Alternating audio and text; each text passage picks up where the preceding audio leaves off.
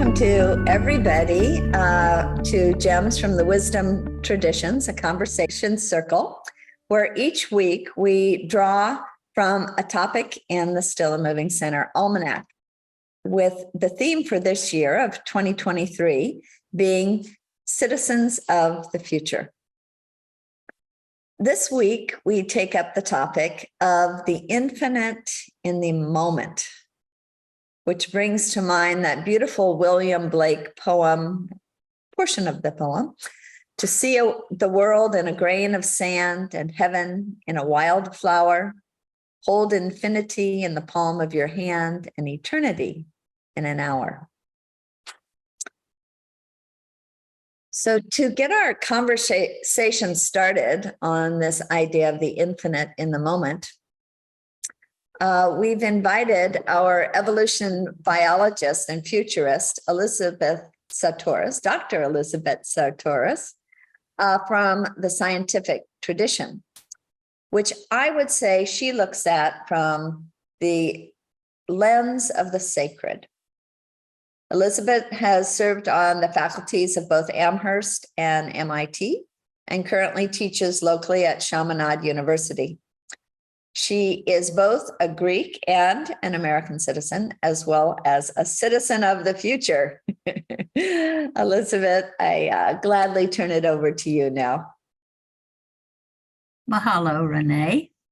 Happy to be here. And I love your theme, the infinite in the moment. Is really a fun topic for me. Let me just point out to all of you that when you look at the night sky, what are you looking at? Let's assume that it's not a cloudy sky, that you have really good visibility. Maybe you're even up on the mountain so that you can see lots of stars. As you probably know, you are actually seeing each of those stars at some time in the past, because it takes its light quite a while to get to you, right? So every one of those stars is at a different time in the past as you are looking at it. You are literally seeing the infinite in the moment. All you have to do is open your eyes to see all those times past, all those stars. Of course, you can't see them all, but you know they're all there, and that they're all within, your vision. I also like to tell people sometimes to imagine doing that while lying on your back in a field looking down into the universe. And people say, well, what do you mean down? And I say, in the universe, which way is up? Isn't it fortunate that you're glued to the planet by gravity so that you can look down into the sky without falling off? Anyway, I am a scientist, and it's interesting to me what science leaves out. That is our Western science, which most of the scientists who are Western scientists actually believe it's the only science possible. That science is science. There can't be other sciences, but I'm going to talk to you about other sciences.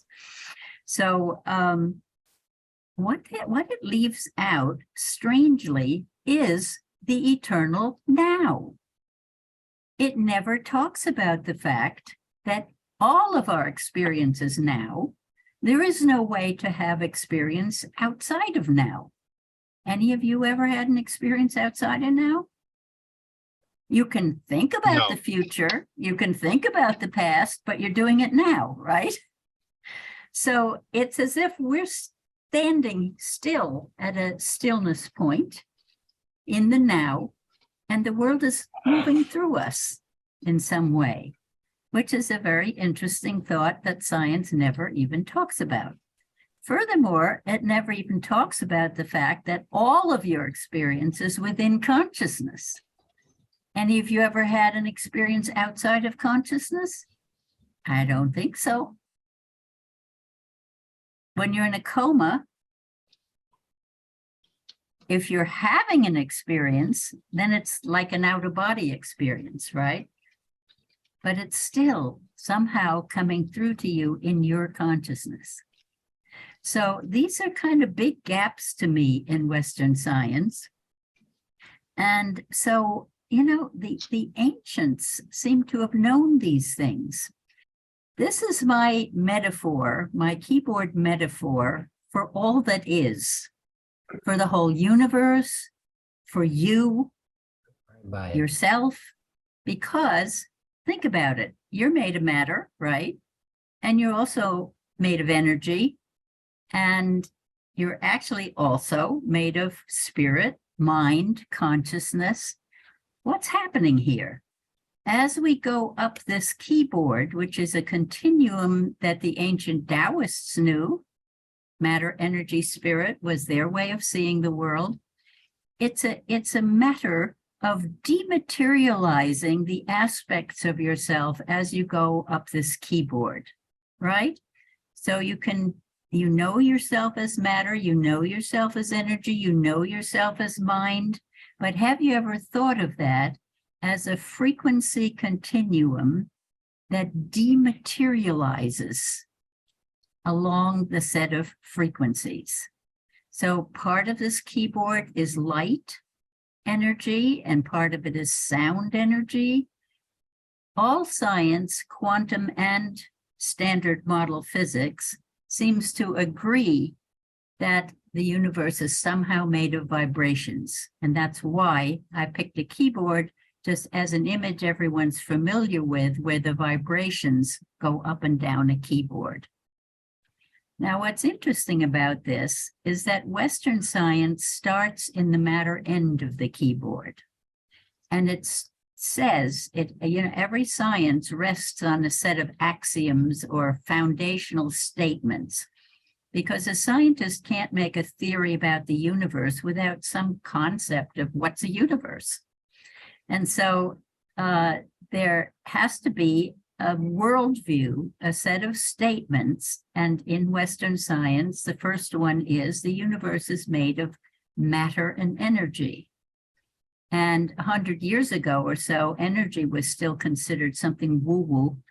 A stage shows, of magicians hypnotizing people or whatever. And then they learned to measure some aspects, because Western science says what's real is what's measurable. And that means it has to be measurable with physical instruments, right? So it gets stuck up the keyboard because it gets to about 0 point energy, and then it can't measure the rest of it with the physical instruments, except very little about consciousness.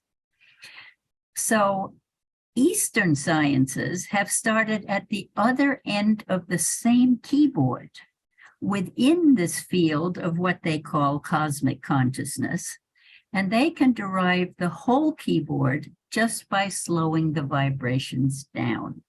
And that's why the ancients were able to perceive the whole thing. So there are a lot of interesting things that come out of this kind of a view of things. And one of them to me is the whole question of UFOs, which is suddenly in the news, and CNN is doing some of the best reporting on it, because our government in the United States is now openly investigating it and allowing us how a lot of the reports can be explained by weather balloons and drones and light effects and things like that. But there are also lots of them that they cannot explain, and that it appears that there are beings with an advanced technology. And of course, our dark government has been trying to duplicate aerial transport that can do that, can be run by consciousness or whatever, to duplicate these obviously superior technologies. And so when somebody reports a UFO in the sky that suddenly disappears, and then suddenly it reappears, how can it do that? Well, I think that's because they know how to slide up and down this keyboard. And rather than being shot at, because when they're down in the physical, in matter, they're vulnerable to physical weapons. So to get out of the way, they apparently can slide up the keyboard and get invisible to our senses, right? So they're still there, but what is time anyway, if it's always now, is a question that might be on some of your minds. And actually, time is something that helps us order this physical universe that we're in as long as we have bodies. How many of you believe in reincarnation? Raise your hands. Just put your hands up. And one of the interesting things about being a reincarnation believer is, do we really have past lives? Are the other lives on a physical, in the physical world? Well, they were at the time. As we say, we talk about in the physical world, we need to have a concept of time as if it really existed, because otherwise we wouldn't all be here at the same hour, would we? We wouldn't be able to function in our physical world without time. So we had to invent it in order to make sense of our world, order our affairs, know when to be where, run transportation on time. All of those things. Time is a very necessary part of physical existence. But when you're out of the physical, as your past lives are now from your perspective here, where are they? Well, if it's always now, it means you have access to them now. So I think of my incarnations as a kind of lotus flower. And this lotus flower, there's a kind of oversoul or a central soul of me that wanted to explore some questions from very different perspectives. So each petal of the lotus is a different incarnation. And to our way of seeing things from here, those were in the past, and you could have been any color, any gender, any transgender, any time, any color, any class of wealth or poverty. When you hear about incarnations, it seems like an awful lot of people were Cleopatra. I don't think I ever was. And not too often do people talk about past lives lived in poverty. I do hear more often now people talking about past lives in which they were tortured. And I had some of those experiences because what I finally understood in trying to make sense of this life in terms of other lives, I've become very interested in what's the relationship between your genetic lineage and your incarnational lineage. Well, astrology covers both. It's interesting. A good astrologer who is also a reincarnationist can usually tell from your stars in this life some things about your past lives. So if you have a good astrologer, or if you are one, that's an interesting thing that I only realized recently when Heather Ensworth, who's a wonderful astrologer, interviewed me. And I asked her that question, and she said, yeah, I can read it in your chart, right? I can read things about the past. And apparently a lot of my past lives were about speaking truth to power. And that's something like our now at this transitional period where humanity is really struggling to grow up, to mature. You know, all parents stop fights. When their kids are fighting, they pull them apart, they take away the sticks and stones, and they try to teach them to figure out a way to resolve their differences and be cooperative, right? And then if the kids turn on the TV, what are the grown-ups, the very role models, the leaders of our world doing? Taking things away from each other and hitting each other with weapons of the worst kind. So as an evolution biologist, I see this maturation cycle that every human being goes through, and we expect every human to go from feisty competitive adolescence into mature cooperative citizenship, right? Well, that's the way it is in all nature. It shows in different ecosystems, and you see at the same time in the now, both juvenile ecosystems where the species are competing with each other, and they call them type 1s in biology, and also type 3s where everybody's cooperating and they're tightly interwoven. And we were so steeped in very simplistic Darwinism that was taken up by our economic system that we didn't even recognize how cooperative we are. We were told that we're competitive beings and didn't realize that right now we're living in cities of millions cooperating all day long. Duh. How did we manage to live in the now, being so cooperative, and yet having it planted in our minds that we weren't? Isn't that interesting? So I like to look at those past lives and say, speaking truth to power got me into a lot of trouble in a number of those lives, and there wasn't a pretty ending to that life because of it. So my job in this life was to figure out how to speak truth to power without getting yourself drawn and quartered or whatever, right? And that's been my job as an evolution biologist. And by looking at politics and economics from a biological perspective, talking about the body politics, my body economics, there's no flack. Nobody says you're wrong.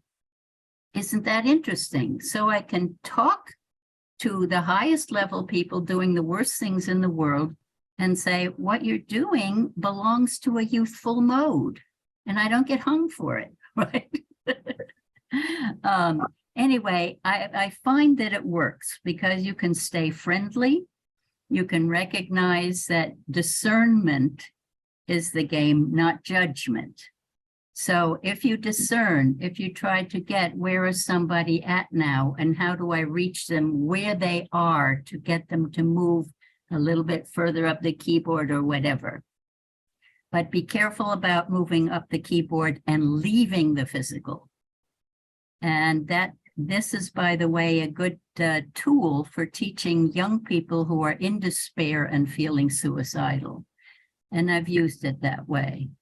I've said, I understand your depression. Anyone looking at the world as it is now might get very depressed.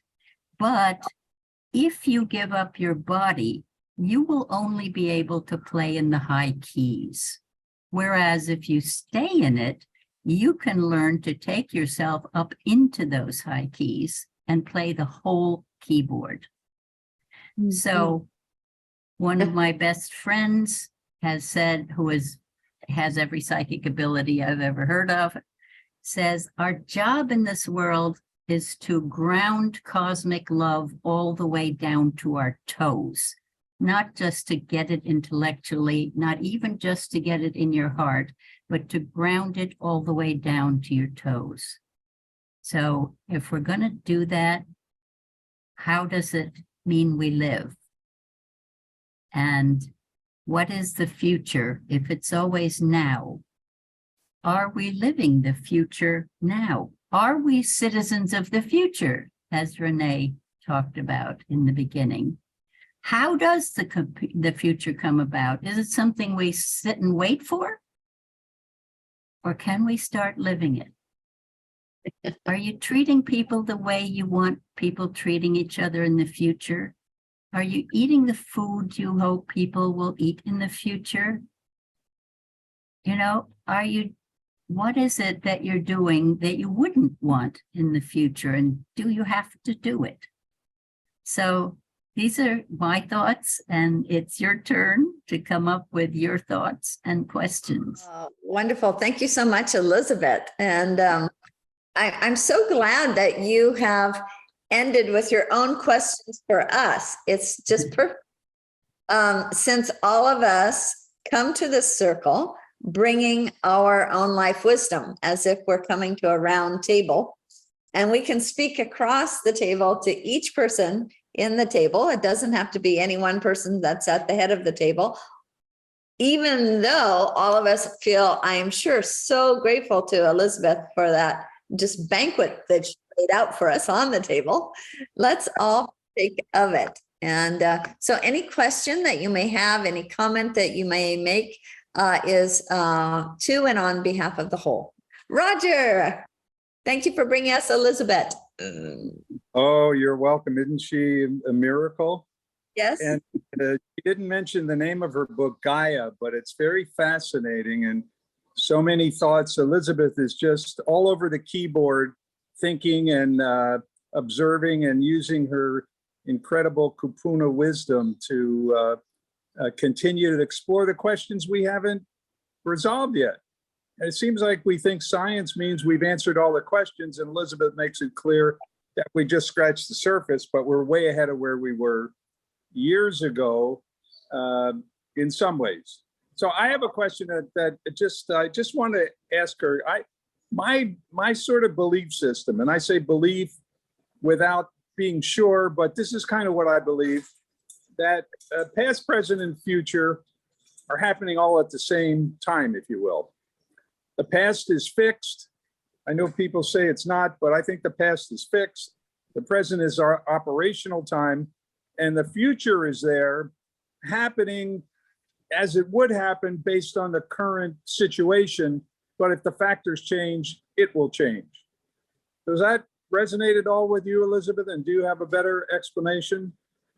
No, of course. And my dear Betty Sue Flowers, who is the lady who put together Joseph Campbell with Bill Moyers to create that wonderful TV series, and who has done a lot of other wonderful things. In the 90s, she was hired by Shell Oil to look at a data dump after they had paid 50 of their employees full-time to go all over the world interviewing heads of state down to field hands about what is the future going to be, right? And so she was given this data dump and told, can you show us what the future will be? And Betty Sue invented the concept of scenario building. And you probably all know what that is because you've heard of the business as usual future, right? If we don't change anything about how we're running our politics and economics in the world, our belief systems, our stories, if we don't change them, here's what's likely to happen. But if we do this, then that would affect the future this way. If we do that, that would affect the future in another way. So you can build various trajectories, and everybody's doing this now.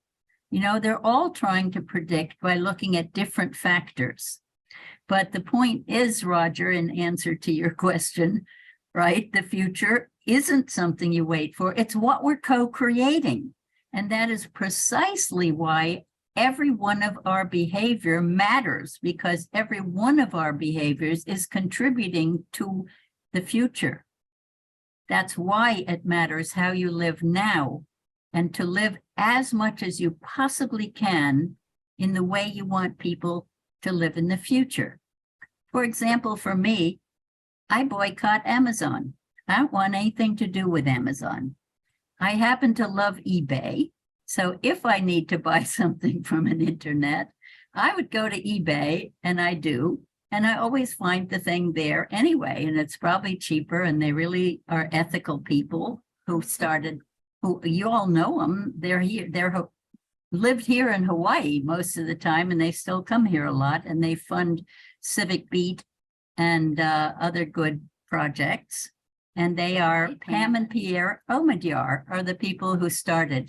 And recently, talking at an Ulu conference, I was saying we need an Ulu Bay. Actually, it was Princess Owana who thought up the name Ulu Bay, but I was saying we need a clearinghouse where Ulu farmers all over the Pacific with small amounts of Ulu can have a clearinghouse where people can find them to mail order it, right? So anyway. Let's see what David has to say for us. Hi, Elisabet. Hi. And everyone. When you ask that question, what is time? since there is no future, everything is just now. It got me to thinking that the future is just our trajectory. And you may have even mentioned trajectory just a moment ago, but it seems like that's like just our intention. It's like what we're intending sets the direction, and therefore the subsequent now will be moving in that trajectory. Does that resonate with you? Absolutely. The intention comes before the action, doesn't it? So in the physical world, in the mental part of the keyboard, we set the intention. In the physical part, how does that change our behavior as physical beings? So give me an example of an intention you're setting for the future.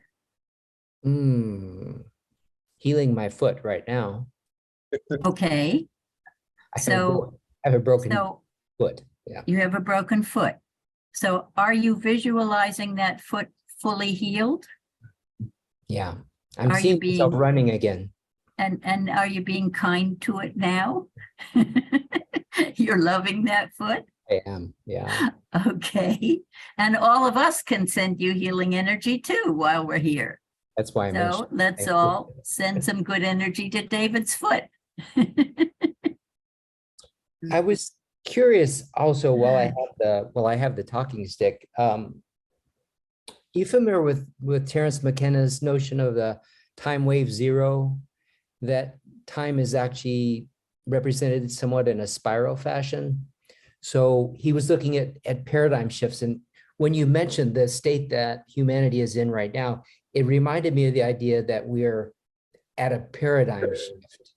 And he recognized these paradigm shifts were getting closer and closer together. So he imagined time to be like a spiral heading towards a center point, which I think he referred to as the singularity. A lot about the universe, to me, the physical universe, is based on spirals. I'm an adherent of the smoke ring universe theory that preceded Einstein in, I think it was the Royal Society of Scotland. Just before Einstein came on the scene, someone proposed who blew a smoke ring out of a box. They managed to put the smoke in the box and tap out actual smoke rings, and pointed out how that donut shape of the smoke ring is the only solid geometrical form that holds its shape in space. And it revolves around two axes. There's the pole up the middle of the donut, and if you cut out any slice of it and you put a center dot in it and put that all the way around the donut, then you see that the donut also revolves around like that, right? In and out. Now, how does it do that? There's energy is coming out of one side as it rolls like this. It's like, you know how we roll toward the sun in the morning and away from it at night, and we say the sun is setting or rising? If you're standing on the donut and you're looking down into the hole, and you say, oh, wow, the universe must have started with some point source and expanded ever since. And you don't notice that at the same time, it's contracting on the other side in order to do that, right? So there's a spiral going inward, and then there's one going outward on the other side of the torus, and they meet up again, right? So you can walk all the way around it. By the way, you're a toroidal being, because technically, mathematically, a torus is a solid with a single hole through it. A teacup with a handle is a torus because there's only the hole through the handle. The rest of it, if it were clay, could be, and you don't want to destroy the hole, could be turned into a donut. What are you? That hole goes all the way through you, right? So technically, one of your gut bacteria could walk all the way up out of your mouth, down your skin on the outside, and back into the other side, couldn't it? These are fun ways of looking at things, right? So I like that toroidal universe, and I believe the ancient Chinese Taoists knew it very well, because the two-dimensional yin-yang symbol shows two sides to the whole one black, one white, two centers that are actually the same one in 3 dimensions, because one in the yin yang symbol represents the outward flow and the other the inward flow. So you've taken the 3-dimensional donut and brilliantly reduced it to a 2-dimensional depiction of it. And the Mayans have the same symbol called Hunab Ku. They understood this too. So I love this because it means my universe is not a linear universe that starts with a big bang and ends with entropy, wrecking it all, flowing down to nothingness. It's a universe that's constantly self-creating, constantly spitting out energy and bringing it in. We call this radiation and we call this gravitation. So radiation and gravitation in the great now are in balance. And nature is such that things always get a little bit out of balance and then have to be rebalanced, out of balance and rebalanced, right? So that's what life is about. It's about playing out this game of trying to keep in balance while going out of balance and having to work on it. So it's another way to see the maturation cycle in the now, is to see that we're unbalanced as we move from our youthful competitive phase that can get pretty hostile into the mature cooperative phase that we're trying to live into. I'd like to ask Elisabet, starting from your initial experience,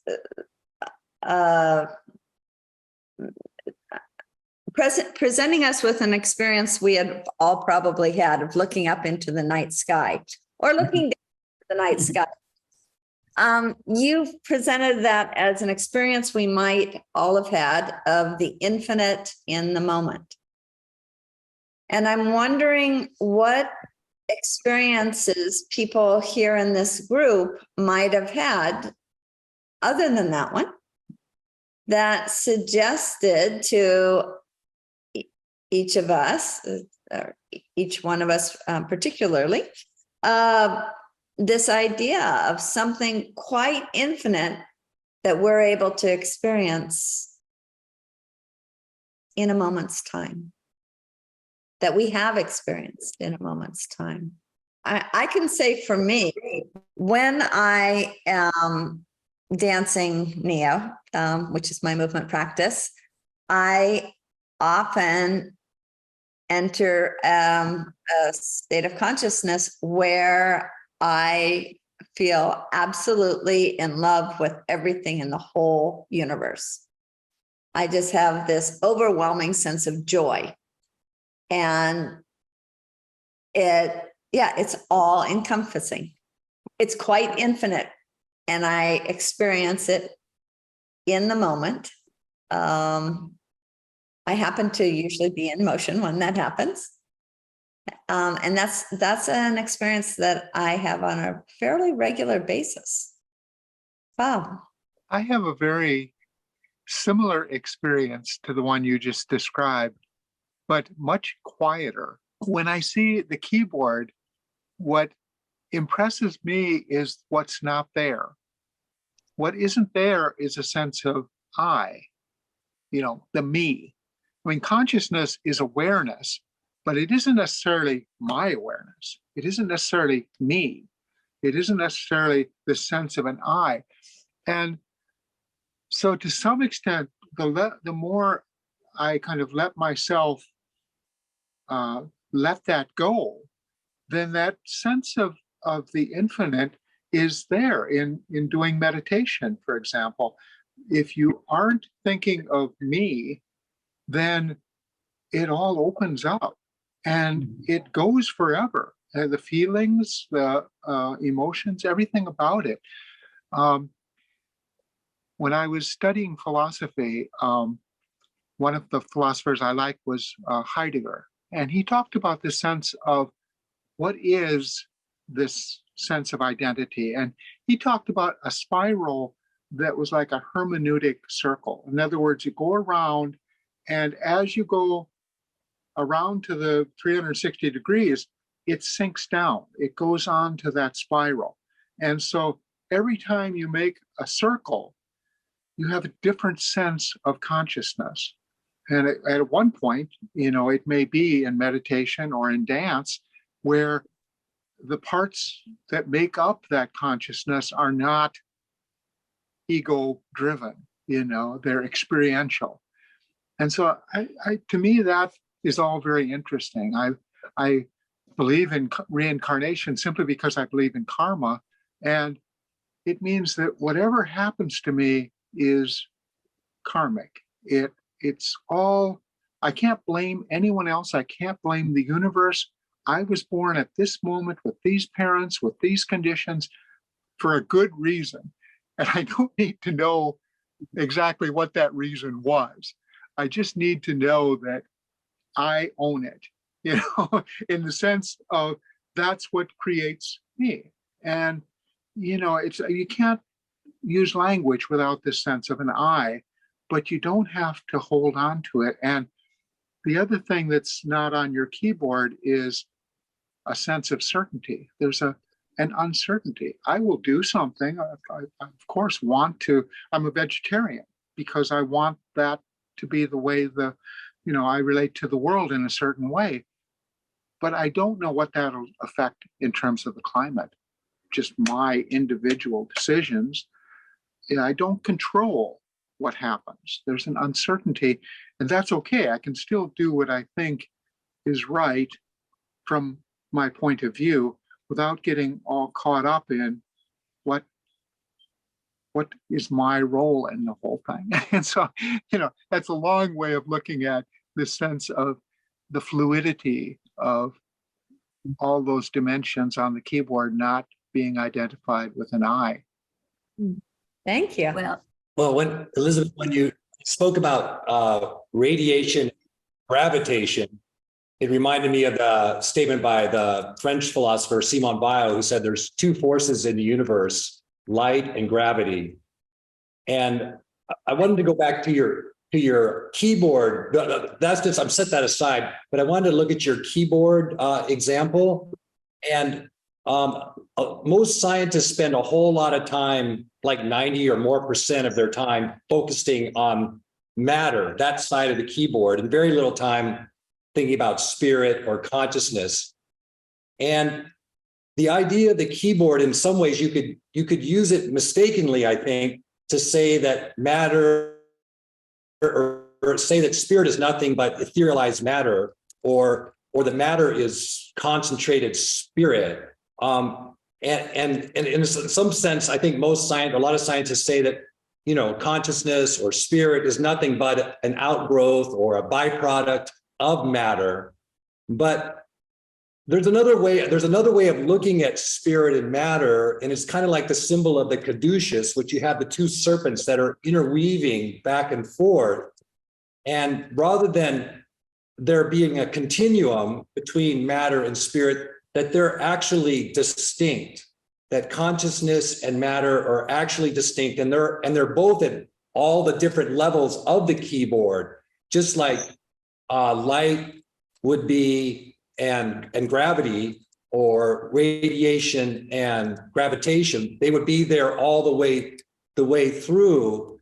And for some reason, that's kind of helpful to me to think of that way, because like the idea in the Bhagavad Gita is Krishna talks about there is the field, the kshetra, and then there's the knower of the field, the kshetrajna. So there's this mysterious element of the universe has to do with the witness, the knower, the perceiver, the consciousness. And then there's the form, the field, which could be matter could ultimately just be space.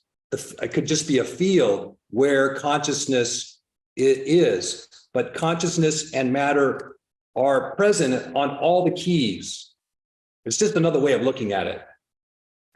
So now, do you want to tell us about your experience, your personal experience of the infinite in the moment? Well, I mean, I took a really long fall one time when I was rock climbing. I was climbing a mountain, And it was a very, very, very long fall. Fortunately, I had a rope. I thought I was plummeting toward the earth, and my spirit left my body, and I watched the fall.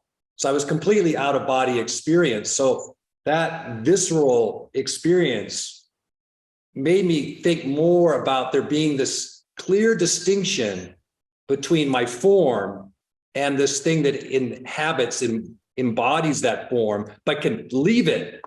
So that, I guess that's where I came up with this idea, maybe from that almost death experience, of there being some kind of clear distinction between our soul or spirit, consciousness, self-consciousness, and form, matter, body, things like that. Thank you so much. Lisa, I see your hand up. Yeah, I have a moment to share, and I'll make it quick. That way others have a chance to speak too. But I had, how should I put this politely? I had put myself in a situation where I thought I was dying. I was not dying. I was perfectly safe among friends, but I had ingested so much of something, I thought I was dying. So I said, okay, well, what if I do die? And I thought, well, I've had a wonderful life. And you know what? If I pass away right now, I'd be fine with it. And then it's hard to explain how it started happening, but I want to say spiraling downward. But when people say spiraling down, usually they think that's depressive, but it wasn't depressive. It was spiraling inward or to a center. There was a sense of going around and around and around and around to a single point. And everything, like in my mind's eye, had turned to black and white. I could tell on the outside of my body, like I was crying, snotting, drooling. I was no longer in what seemed to be my physical form. And then once I got down to the center, I found this joy. And the best I could describe it would be rapture that I had never felt before. And I started weeping. I had never wept to the sense of the true definition, but I wept in that moment. I could not contain it. It felt so amazing. It still gives me jitters thinking about it. And then it opened up into a different space. And I saw, if you think of a black hole, you can't really see the black hole there, but you can see the event horizon or how it affects everything around it, that something might be at the center. And that's kind of what I saw in my head. I saw everything going around, and I could see that there was something holding it all together. And I couldn't tell what it was, but the fact that it was there gave me such joy. I didn't need to know what it was, just to see that everything was there. It felt amazing.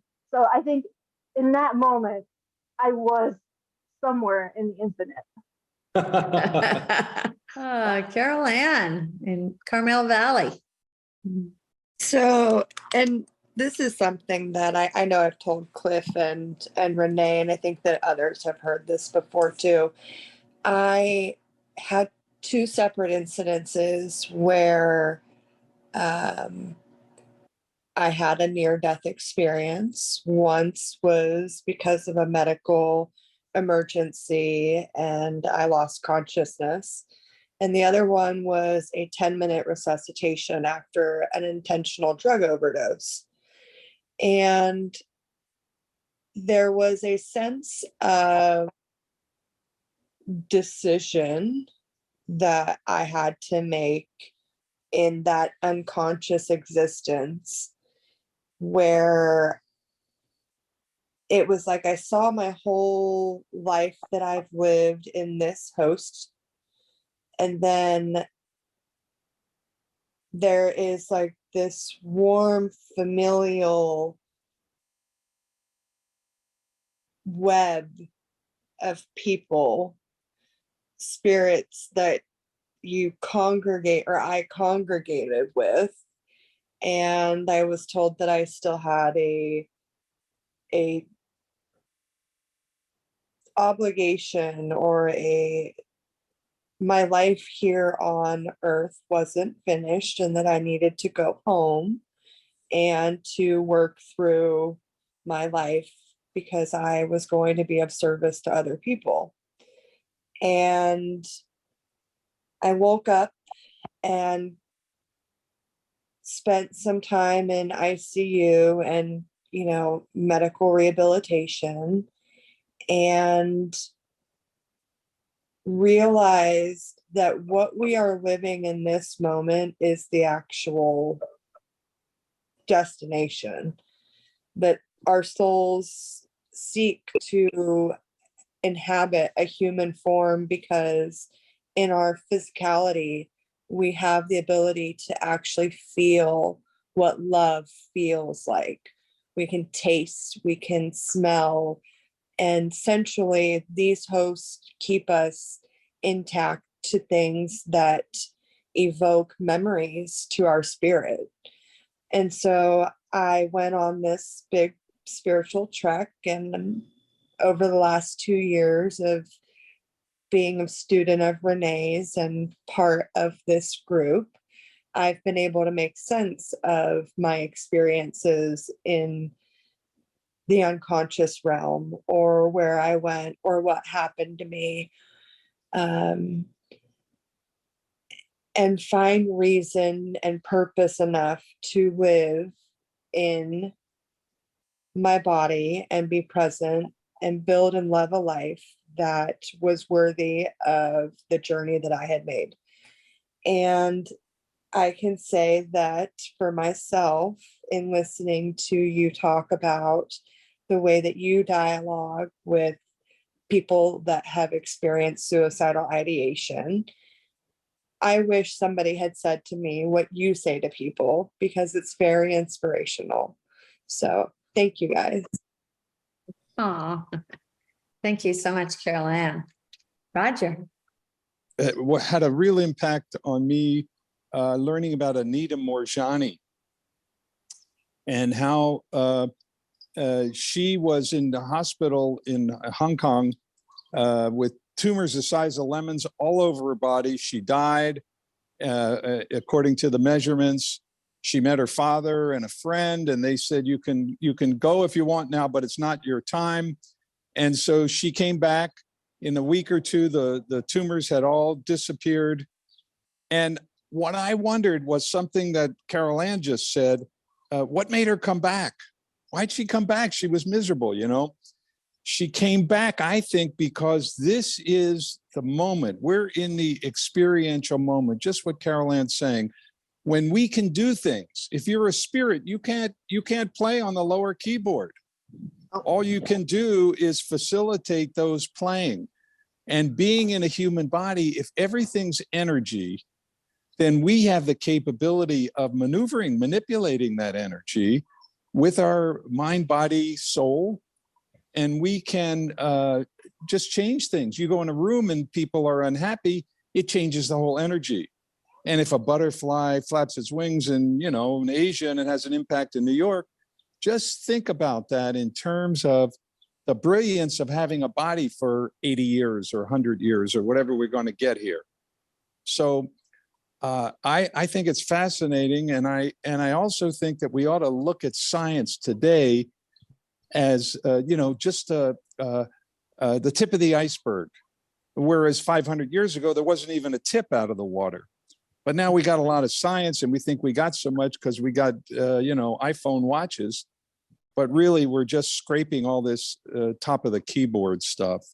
But that really resonated with me a lot, in the sense that this precious human body, as the Tibetan Buddhists call it, is here to be of service to the universe and humanity, when no other being or whatever, only a physical being can have that impact on the energy of the whole universe. So Elisabet, let's turn it back to you. How would you like to? Okay. Mm? Wow, there were wonderful experiences. I really appreciate hearing from all of you about these. And most of them seem to have been, in one way or another, kind of out-of-body experiences. And I have had those myself, and they're truly amazing. one of the first comments that was made was that the I is not on the keyboard. And that's very deliberate because I cannot locate you on a keyboard that represents all of you.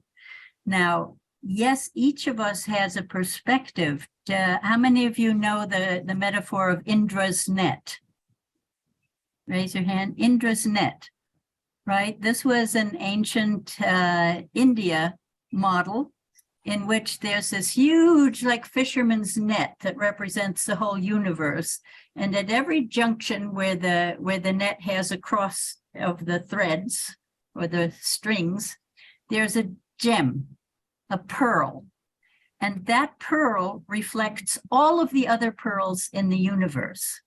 So this was another way of presenting this idea of everything in the moment and of the unique perspective on the whole that each of us has. And that is, the keyboard is simply there to remind you that you are all of these things. And when you're when you're out of body, you're in the non-physical realm. You've done what the UFOs do. You've slid up to that, you've shifted your focus to that part of your keyboard. And when you come back, you've shifted your focus back to the physical part of the keyboard. And yes, Roger, only when you are a human in the physical world can you play the whole keyboard. And that's the blessing of having bodies. They say angels are lined up for human bodies. Why? Because they can only play in the high keys. They can't do the whole thing. And that's why it's a huge gift to be in a body and to be able to raise your consciousness all the way, play the whole keyboard, be up there ignoring the matter part, come down. It's all you, and you, every you is one of those pearls with a unique perspective on the universe. The caduceus somebody mentioned, the double spiral, is another way again of showing the donut, isn't it? The inner and the outer. The radiation and gravity, what you said, light and gravity, and then radiation gravity. Yes, that's the outward energy and the inward. Sometimes we call it the principle of male and female, whatever you want to call it, right? There are those two forces constantly getting out of balance and back into balance. So many cultures did not have a linear time model, but rather a cyclic time model. And those cyclic type models usually, occasionally, and I've argued with the Brahma Kumaris about this because they have a cyclic model and think that in the 6,000 years or whatever, when it comes full cycle, you're going to be repeating exactly the same thing as now. Well, that to me is a broken record. Does the Earth really go around the sun in circles? No, because the sun is moving. So the Earth is following it in a spiral pattern, right? So everything spirals, and those cultures that had cyclic time usually recognized that this January 14th is not identical to last January 14th. Even though the calendar is cycling around again, you're now in a different place in the universe because the Earth has been carried along by the sun, right? And you're different. And the situations are now different. This now is not that now. So anyway, I'm trying to talk about your focus can go up and down the keyboard so that you're not always aware of the whole keyboard. But the beauty is that we can, in the now, remind ourselves that we are that whole keyboard and that the whole universe is that keyboard.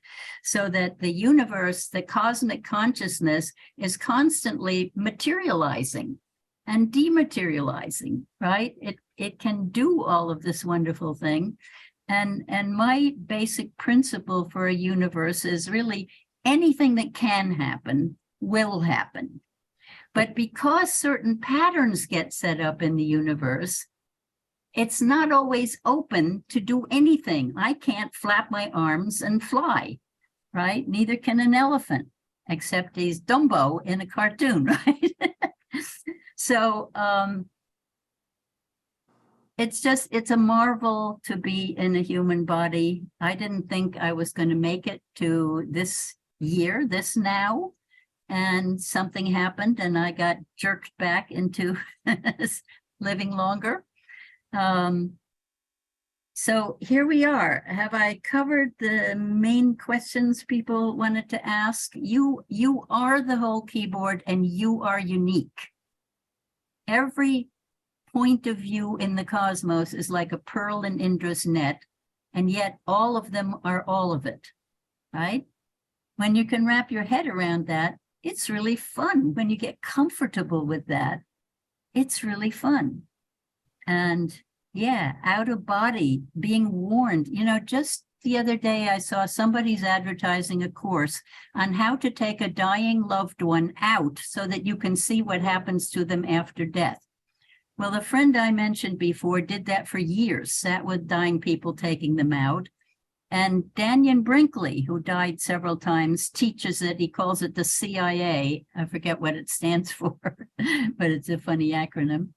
And it's about that. And apparently the veils somehow get thinner at the moment of death. And if you're totally tuned into that dying person, you can be taught how to do this and get a preview of what it's like after death. See who comes to meet them, see what kind of environment they're in. So our frameworks are loosening up to understand our true natures, and that's what's really about, and about dealing with the present crises. And Elisabet, I want to tell you that today's presentation is another measure, another proof of how wonderful it is for you to be with us and continue your life. And I hope you'll live to 150 and that your brilliance will continue to go on. But however long you live, thank you so much. It's wonderful that you've come to Hawaii. This was a really, really powerful talk for many of us, I know. And it's just the tip of the knowledge that you have. So thank you so much for presenting it to us, for giving us not only your insight, but information that we can use to continue to think about these very deep thoughts that science hasn't reached yet, and just continue for our own personal growth. So thank you so much. And thank you, Renee, for bringing Elisabet with us. And I hope we'll continue to have fun on our Saturday afternoons. We will. And thank you really so much, Elisabet. I think we didn't have more people jump in right away, just from the standpoint of, you know, you took us to such lofty levels that sometimes I think we feel a little inhibited. Can we really rise up high enough to sing your praises in the way that you deserve to have?